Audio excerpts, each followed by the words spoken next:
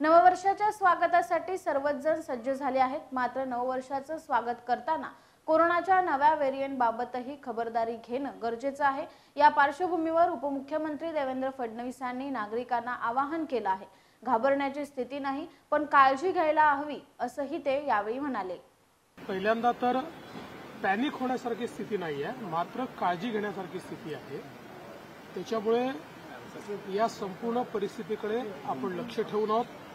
माननीय मुख्यमंत्र्यांनी स्वतः बैठक घेऊन या संदर्भात काय काय काळजी घेतली पाहिजे त्या संदर्भातले आदेश दिले आहेत। जी सुसज्जता असली पाहिजे त्याच्याकडे देखील आपण लक्ष ठेवून आहोत आणि मला असं वाटतं की कुठल्याही परिस्थितीचा सामना करण्याकरता आपण तयार आहोत, पण आपण अपेक्षा करूया की फार या ठिकाणी त्याचा प्रादुर्भाव वाढणार नाही। गेल्या काही वर्षांमध्ये लोकही शिकले आहेत, कारण शेवटी याच्यामध्ये सर्वाधिक त्रास हा लोकांनी जनतेने सहन केलाय।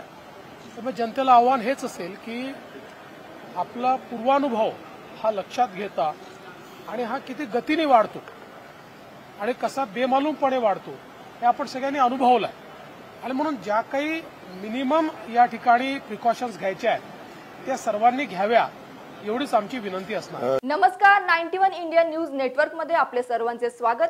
91 इंडिया न्यूज नेटवर्क आता संपूर्ण महाराष्ट्रभर आपल्या आजूबाजूच्या ताज्या बातम्या पाहण्यासाठी आजच आमच्या चॅनलला लाईक, शेअर, सबस्क्राइब करा। तसेच 91 India news network app Google play स्टोअरवर जाऊन डाउनलोड करा।